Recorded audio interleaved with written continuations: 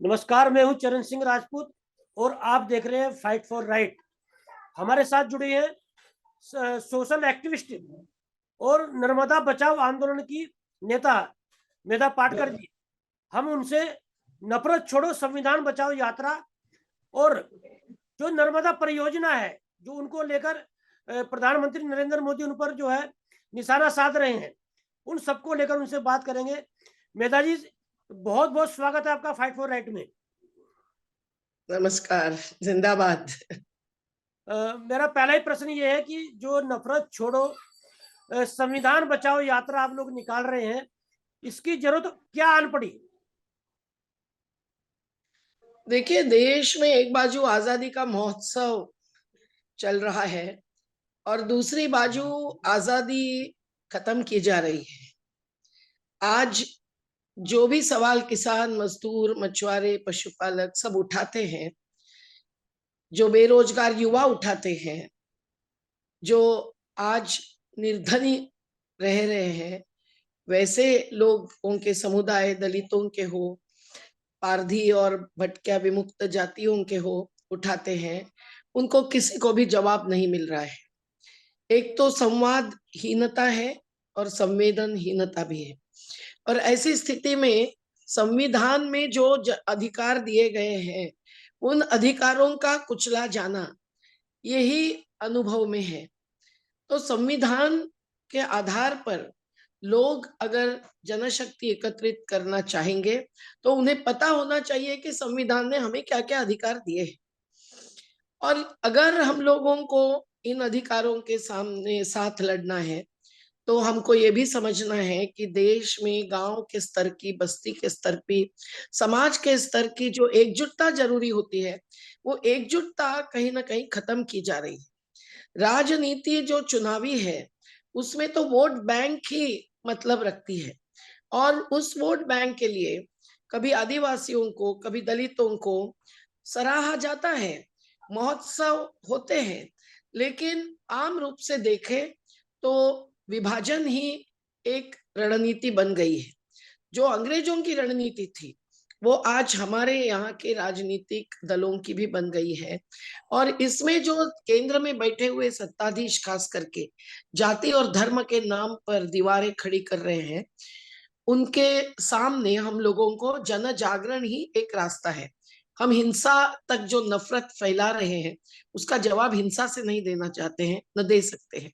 तो हम लोग अहिंसक सत्याग्रही बनो और दिलों को जोड़ो और नफरत छोड़ो। और नफरत छोड़ोगे तो ही संवैधानिक अधिकार पाओगे। इस मुद्दे को लेकर जन जागरण के लिए गांव गांव, बस्ती बस्ती, हर जिले में 75 किलोमीटर की यात्रा, ये आधार बना रहे हैं। तो मेधा जी, कौन लोग हैं जो नफरत फैला रहे हैं और संविधान को खत्म कर रहे हैं? देखिए, हम जानते हैं कि एक तो हिंदुत्ववाद जो मानते हैं और जो हिंदू राष्ट्र की भूमिका आजादी के पहले से अभी तक ले चलते हैं, वो हिंदू मुसलमान में वो हिंदू मुसलमान में दरार निर्माण कर रहे हैं। और उसके आगे जाकर क्रिश्चियनों पर भी हमले हो रहे हैं। और आदिवासियों का मॉब लिंचिंग मध्य प्रदेश के नीमच में, नेमावर में हुआ है। दलितों के अत्याचार का उदाहरण उत्तम यही है कि राजस्थान में एक दलित बच्चे को मास्टर के मटले से पानी पिया इसलिए मारा गया। तो ये सब, जैसा मैंने कहा, कि कहीं ना कहीं राजनीतिक दल और उनके जो फ्रंट्स होते हैं, उनसे ही किया जा रहा है। जो धर्मांधता को मानते हैं, वही दल ये कर रहे हैं। और उन दलों की दलदल में कहीं ना कहीं जनता फंसती है, तो वो भी अपने अस्तित्व के मुद्दे भूलकर अस्मिता के मुद्दों पर ही उछलती है, उकसाई जाती है। मेधा जी, हिंदुत्व और हिंदुत्व के बारे में हम भी लगातार सुन रहे हैं और आपका लंबा अनुभव रहा है आंदोलनों का और समाज में भी आप लंबे समय से जुड़ी रही हैं। तो ये हिंदुत्व और हिंदुत्ववाद जो है, आप भी हिंदू हैं, मैं भी हिंदू हूँ, तो ये है क्या? थोड़ा ये हमारा दर्शकों को आप बताइए थोड़ा सा। देखिए, जैसा मैंने कहा कि हिंदू क्या, कोई भी धर्म हम्म। दूसरे धर्म को नीचा नहीं दिखाता है। और अपने को श्रेष्ठ मानकर राष्ट्र में एक ही धर्म के तहत लोग जिए, ये नहीं कहता है, लेकिन धर्म के नाम पर अधर्म की समझ और उसके आधार पर एक वाद निर्माण करना, ये होती है धर्मांधता। हर धर्म में कुछ न कुछ लोग, कुछ संस्थाएं, कुछ संगठन इस प्रकार की धर्मांधता का परिचय देती है। तो हिंदू समाज में भी ऐसे जो लोग हैं, जो हिंदुत्व ही सर्वश्रेष्ठ है और उसके तहत दूसरे समाजों पर, दूसरे धर्म के समुदायों पर हमला करना भी मंजूर है, ये मानते हैं। मुस्लिमों में भी ऐसे धर्मांध लोग हैं जो भी इसी प्रकार से इस्लाम को ही सर्वश्रेष्ठ मानते हैं। हमें किसी भी धर्म के धर्मांध लोगों को मंजूर नहीं करना है और उनका असर, उनका प्रभाव नहीं आने देना है, न मतदान पर, नहीं अपनी जिंदगी पर, नहीं अपने मैं इंसान और इंसान के बीच के रिश्तों पर। जी मेधा जी, ये भारत ही नहीं, इस समय जो है देश में एक अजीब सी स्थिति पैदा हुई है, धर्म के नाम पर, जाति के नाम पर, नस्ल के नाम पर, क्षेत्र के नाम पर। ये जो भेदभाव जो इस समय चल रहा है, और जो शासक बैठे हुए हैं पूरी दुनिया में, देश की बात नहीं करूंगा, वो जनता को जो है कीड़ा मकोड़ा समझने के लिए तैयार नहीं। तो ये एकदम से तो ऐसी स्थिति बनी नहीं। ये स्थिति बनी कैसे मेधा जी, आपको क्या लगता है? ये तो पहले से ही चलती आई है। अब सावरकर जी के विचारों पर वाद विवाद तो बहुत हो रहा है, पर इतिहास नहीं बदल सकते हैं। उन्होंने ही भारत और पाकिस्तान द्विराष्ट्र की संकल्पना सबसे पहले मानी, जिन्ना ने भी मानी। तो उस समय से ही कहीं ना कहीं एक बीज बोया गया। और फिर भी हमारे देश में गंगा जमुना तहजीब बचाने वाले ही अधिकतर लोग थे। गांधी हो, अंबेडकर हो, भगत सिंह हो, अशफाक उल्लाह हो, जिन्होंने अपनी जान दे दी, शहादत स्वीकारी, उन सब लोगों का सपना था एकजुटता का, इंसानियत का। पर उसके चलते हुए भी कुछ समुदाय अलग अलग विचार से चलते थे, जो तिरंगा भी नहीं मानते थे, जो संविधान को भी कहीं सम्मान नहीं देते थे। तो उन लोगों ने कुछ समय से, कुछ सालों से अब और अधिक जोरदार प्रचार शुरू किया है। उनका अपना कार्य चल रहा था, उसको कोई भी हिंसक हमले से रोक नहीं रहे थे। लेकिन अभी जब उनको लगा कि इस मुद्दे पर मेजॉरिटी, बहुसंख्य समाज को वो एक प्रकार से साथ में ले चलेंगे और उसके मतदान से वो सत्ता पर आएंगे, और जैसे सत्ता पर आए वैसे उनको भरोसा हुआ, तो हर राज्य के हो या केंद्र के हो चुनाव में वो आश्वासन तो बहुत सारे अधिकारों पर देते हैं। संविधानिक अधिकार जो है, लोगों के सकस आहार का हो, शिक्षा का हो, स्वास्थ्य का हो, और कृषकों के आय का हो, रोजगार का हो। लेकिन प्रत्यक्ष में वो वोट लेने के लिए ये दूसरा मार्ग अपनाते हैं, मैं और इसीलिए वो मार्ग अपनाना अभी जोर शोर से चालू है। उसको हिंसा तक ले जाते हैं, कहीं दंगा फसाद होते हैं, कहीं सीमा पर पाकिस्तान से या चाइना से युद्ध का एक विचार फैलाया जाता है, माहौल बनाया जाता है। तो हर प्रकार की हिंसा का आधार होता है।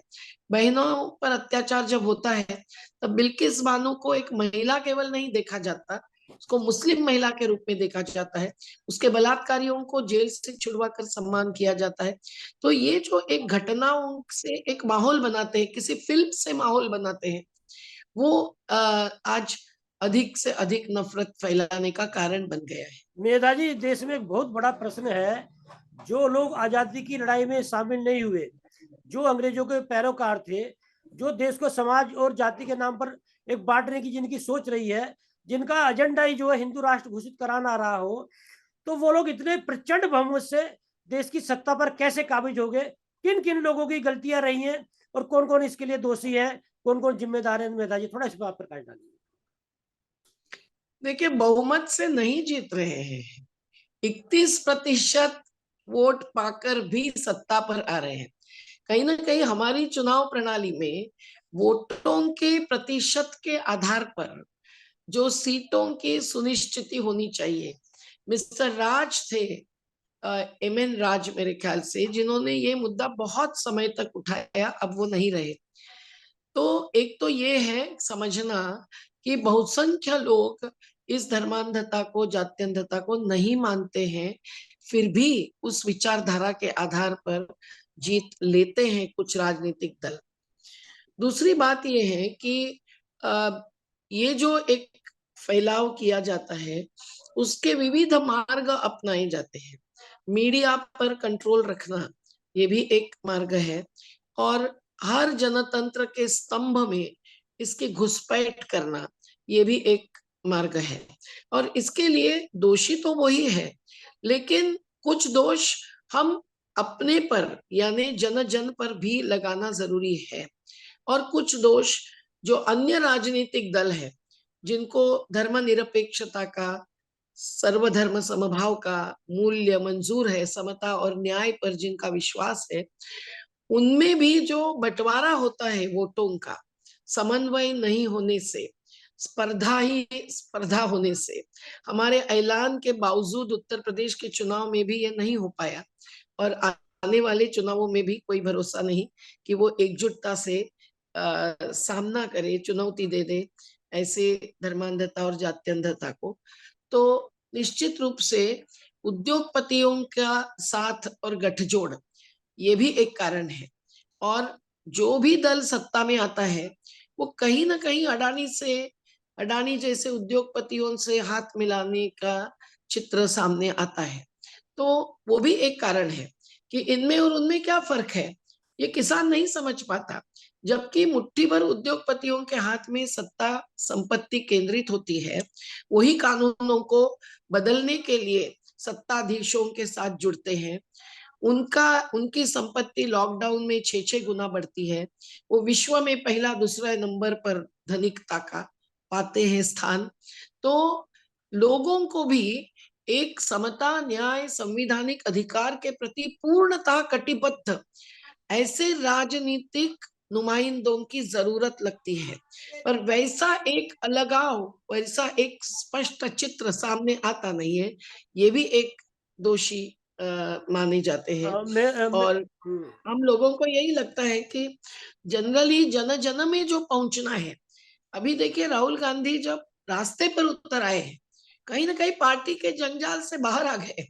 नहीं तो वहां जो हो रहा था, एक दूसरे पर आरोप प्रत्यारोप, छोड़ना जोड़ना, खरीदना बिकना, ये सब बहुत ही गंभीर था, जिसके कारण जनता की आवाज भी सुनाई नहीं देती है सत्ताधीशों को, और कहीं ना कहीं निर्णायक उनका हस्तक्षेप भी नहीं होता है। तो जैसे ये रास्ते पर आए और यात्रा में जुड़े, जन जन उनके साथ जुड़ने के लिए उत्सुक हो गए, जन संगठन उनको मिलने में कोई हिचकिचा नहीं रहे, कितना भी दोष भारतीय जनता पार्टी देती रहे। तो ये जो महत्व की बात है, जनता के साथ संवाद करना, और जो बुनियादी सवाल है, बुनियादी अधिकार है, उस पर एक निर्णायक भूमिका लेना, ये जो नहीं लेते हैं वो भी दोषी है। राहुल गांधी की जो भारत जोड़ो यात्रा चल रही है, उसे आप किस रूप में देख रहे हैं? मैं तो अभी आपने कहा वही कि वो एक जनवादी तरीका अपना रहे हैं, एक संदेश पूर्ण राजनीति को भारत की दे रहे हैं, और उनके द्वारा एक प्रकार के आंदोलनकारित्व ही सामने आ रहा है। तो राजनेता भी आंदोलनकारी हो सकते हैं, आंदोलनजीवी हो सकते हैं। ये जब जनता देख रही है, तो हमको तो लगता है कि जो भी सर्वधर्म समभाव मानने वाले, संविधान मानने वाले और गरीबों के मुद्दे उठाने वाले, उठाना चाहने वाले राजनीतिक दल है, उनके नेता भी अगर इस प्रकार की यात्रा का एक माध्यम बनाए जनसंवाद के लिए, तो उनका स्वागत करेंगे हम लोग। हम कोई कांग्रेस या किसी भी पार्टी के नहीं है। हम जन आंदोलनों की राजनीति को अहम बुनियादी परिवर्तनशीलता का आधार मानते हैं, और इसलिए हम लोग उस यात्रा में जुड़ने से हिचकिचा नहीं रहे हैं। पर हम जब जुड़ते हैं, तब मोदी जी जैसे नेता की नींद उड़ जाती है। वो उसी को अपना एक बदनाम करने का आधार बनाते हैं। ये हास्यास्पद है, हास्यास्पद है।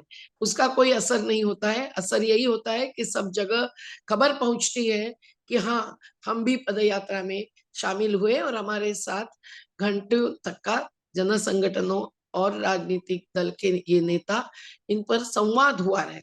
और राहुल गांधी जी ने भी हमको स्पष्ट कहा कि एक यात्रा से कोई जादू नहीं होने वाली है, हम भी जानते हैं।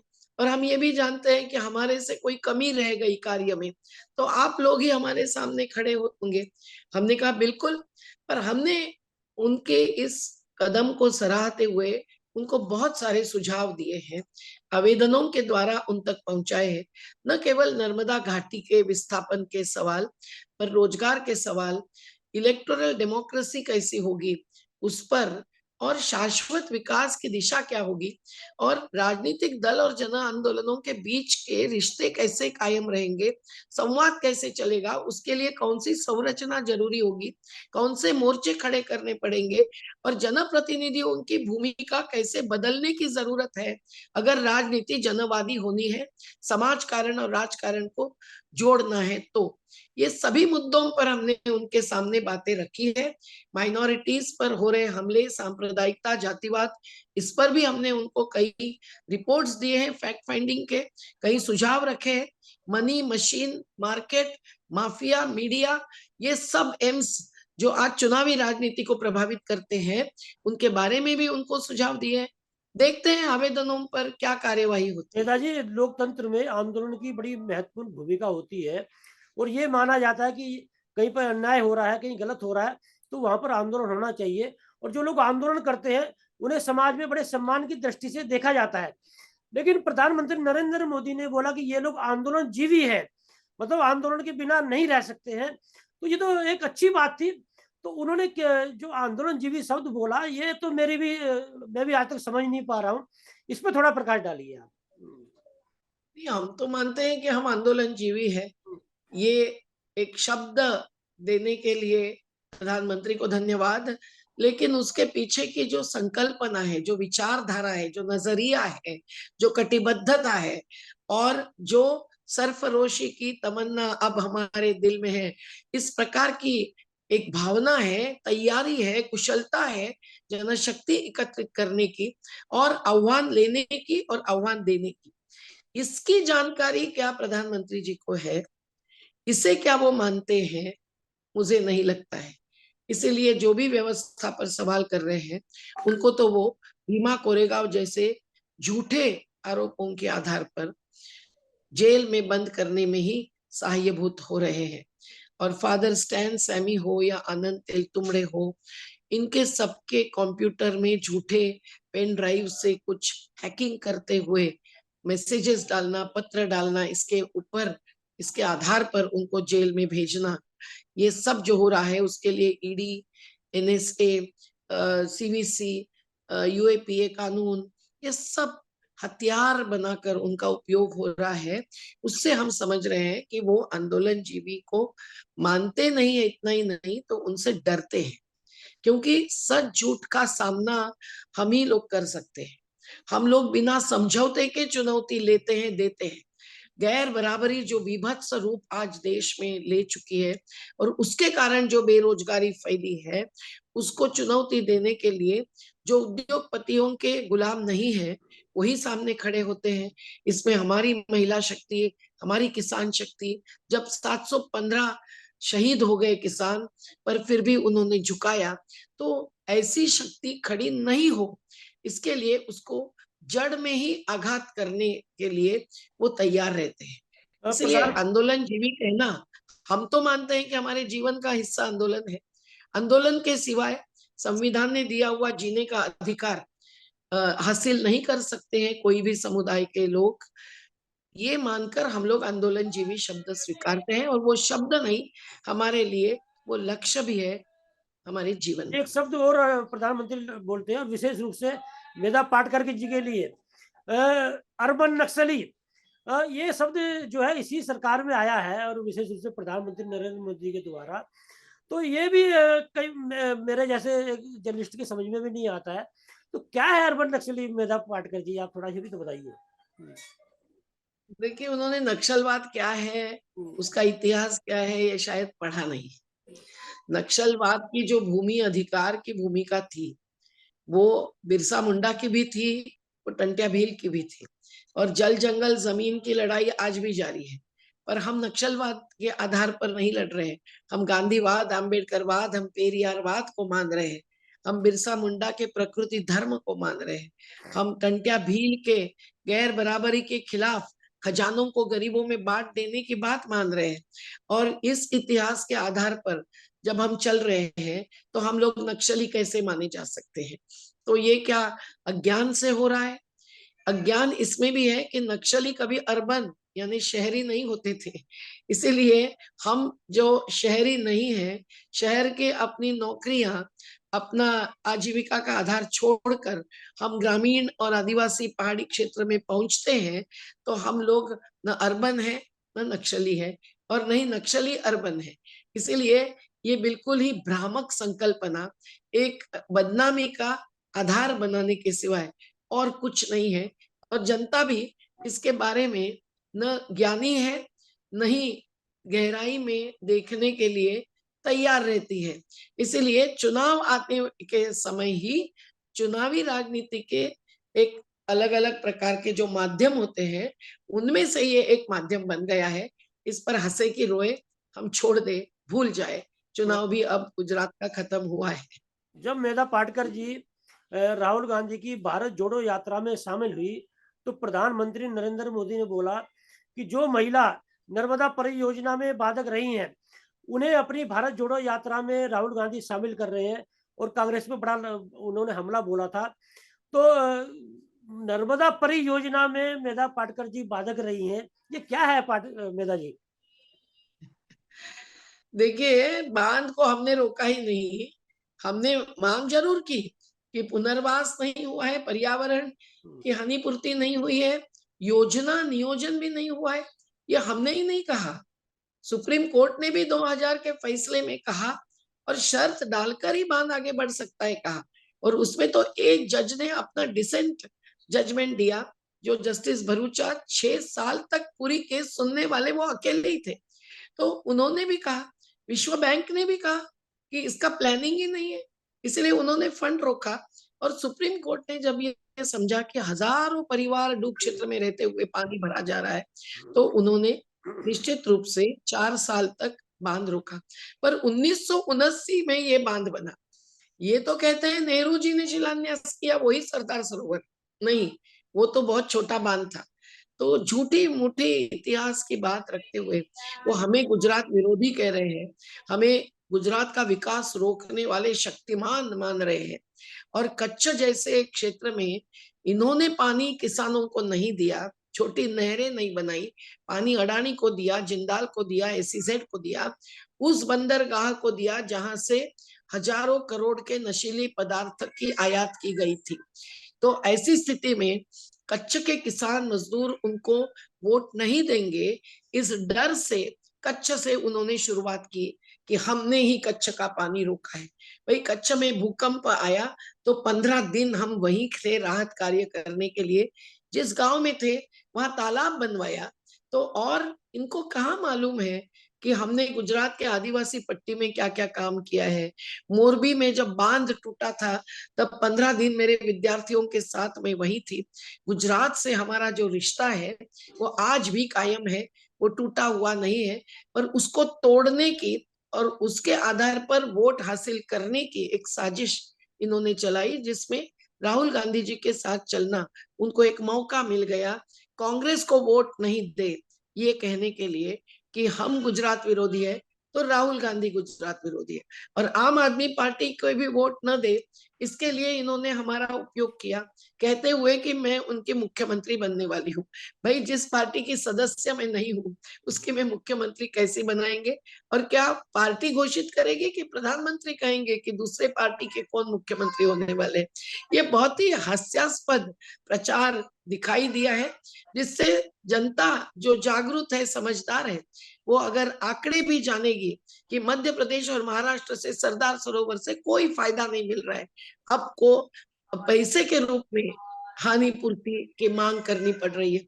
अभी भी 50,000 परिवारों का पुनर्वास हो गया, तो भी पुनर्वास के कई कार्य बाकी है। तो हमको संघर्ष भी करना पड़ रहा है और निर्माण भी करना पड़ रहा है। जी तो ये सब इसी से जुड़ा झूठापन का ही नतीजा है। इसी से जुड़ा एक प्रश्न है आप पर।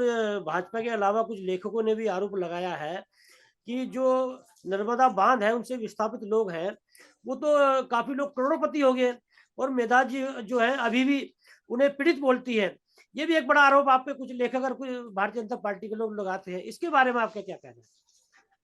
देखिए, स्वामीनाथन अंकलेश्वरिया अय्यर ने जो 2 कॉलम्स लिखे वो तद्दन अज्ञान के और झूठापन के आधार पर लिखे।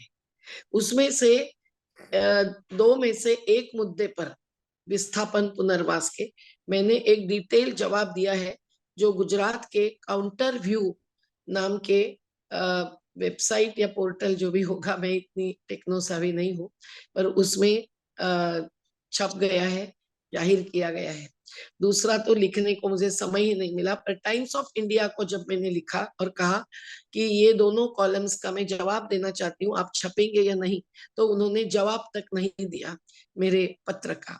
तो ये निश्चित है कि सच्चाई जानने से घबराते हैं ऐसे मीडिया जो कि सत्ताधीशों के गुलाम बनकर रहते हैं। और स्वामीनाथन अंकलेश्वरी अय्यर ने जो जो कहा है वो पूरा अज्ञान का आधार है, क्योंकि उन्होंने जजमेंट्स भी नहीं पढ़े हैं। सभी जजमेंट्स सुप्रीम कोर्ट के हमारे नर्मदा बचाओ आंदोलन के ही याचिका में आए हैं। और उस जजमेंट से जब जमीन का अधिकार निश्चित किया गया तो जमीनें मिली जिसकी कीमत बढ़ती जाती है। आपके वारसाई के संपत्ति की भी कीमत पहले हजारों में होती थी, फिर लाखों में होती है, फिर करोड़ों में जाती है। तो ये जो हुआ है वो हमारे ही आंदोलनकारी किसान, मजदूर, सभी के, आदिवासी, दलित, सबके संघर्ष का नतीजा है। तो हमने जो कहा था, पहले अंदाज व्यक्त किया था, वो अंदाज बाकी सभी बांधों में, विकास परियोजनाओं में साबित तो हो ही रहा है। तो ऐसी स्थिति में हमारे अंदाज गलत नहीं ठहरे हैं, हमारे अंदाज सही ठहरते हैं सभी योजनाओं में। और इस एक योजना में जहां पूरा 37 साल संघर्ष चला है, वहां जो हासिल हुआ है वो आंदोलन की ही देन है, ये समझना जरूरी है। लास्ट प्रश्न ये है कि प्रधानमंत्री नरेंद्र मोदी जो व्यक्तिगत रूप से पंडित नेहरू के बाद में यदि किसी पर निशाना आज की तारीख में साध रहे हैं तो वो मेधा पाटकर है। तो क्या मेधा पाटकर से प्रधानमंत्री नरेंद्र मोदी को क्या ऐसा कुछ डर है कि जो मेधा पाटकर को व्यक्तिगत रूप से निशाना साध रहे हैं? देखिए, नर्मदा बचाओ आंदोलन से विकास की अवधारणा पर सवाल उठाया गया और इसीलिए आज देश भर कहीं भी अगर ऐसी विकास की परियोजनाएं आती है जो विनाश, विस्थापन लाती है, जिससे विषमता, गैर बराबरी देश में बढ़ रही है, तो हम लोगों को लोग बुलाते हैं, उनके अन्यायग्रस्त चेहरे, अन्यायग्रस्त जिंदगी और प्रभाव, दबाव सब ध्यान में लेते हुए हमको उनका साथ देना पड़ता है। और मैं अकेली नहीं हूँ, कई है। पर गुजरात सरदार सरोवर पर इतने सालों से राजनीति कर रहा है, उसको उनको फिर से जीवित करना पड़ा है। बीच में तो वो भी भूल ही गए थे सरदार सरोवर को, वो बस केवल पर्यटन पर ही ध्यान दे रहे थे।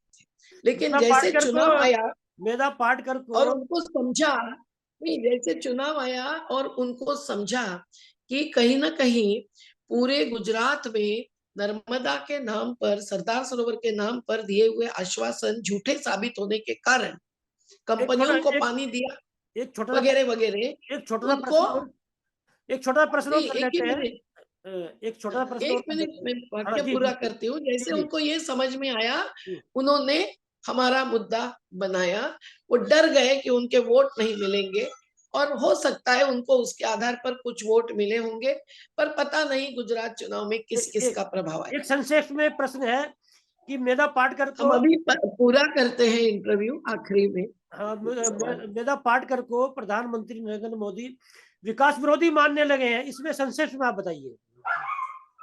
हम विकास विरोधी नहीं है, हम सही, निरंतर, शाश्वत विकास के पक्ष में है जो समता और न्याय के आधार पर होगा। आज उद्योगपतियों का इन्होंने 44 लाख करोड़ का टैक्स माफ किया 8 साल में, 30 लाख करोड़ की कर्ज माफी दी है। आज अडानी जैसे की संपत्ति लॉकडाउन में भी 6-6 गुना बढ़ी है। आज अंबानी और अडानी हर रोज 1000 से 1600 करोड़ रुपया की कमाई कर रहे हैं और हमारे किसान मजदूरों की आत्महत्या जारी है। ये सब हमें मंजूर नहीं है, ये विकास नहीं है। पलायन कर रहे हैं आज भी मजदूर, और आज भी जल जंगल जमीन प्रकृति पर आघात हो रहे हैं विकास के नाम पर, जिसके कोरोना जैसे वायरस नतीजे हैं, और जिसका नतीजा है लोगों की आजीविका ही नहीं, हमारे भी जीवन पर ऑक्सीजन न मिलने से मृत्यु तक ले जाने वाला असर हो रहा है। क्लाइमेट चेंज हो गया है। तो हम लोग जो विकास अपेक्षित करते हैं उसके लिए हम लड़ते हैं। हम उस दिशा में वैकल्पिक विकास, वैकल्पिक तकनीक, इसके आधार पर निर्माण का कार्य भी करते हैं, चाहे वो शिक्षा क्षेत्र हो, चाहे वो जल नियोजन और ऊर्जा नियोजन का क्षेत्र हो। तो हम विकास विरोधी नहीं है। मेधा जी, बहुत बहुत धन्यवाद आपका फाइट फॉर राइट से बात करने के लिए। नमस्कार। धन्यवाद, धन्यवाद।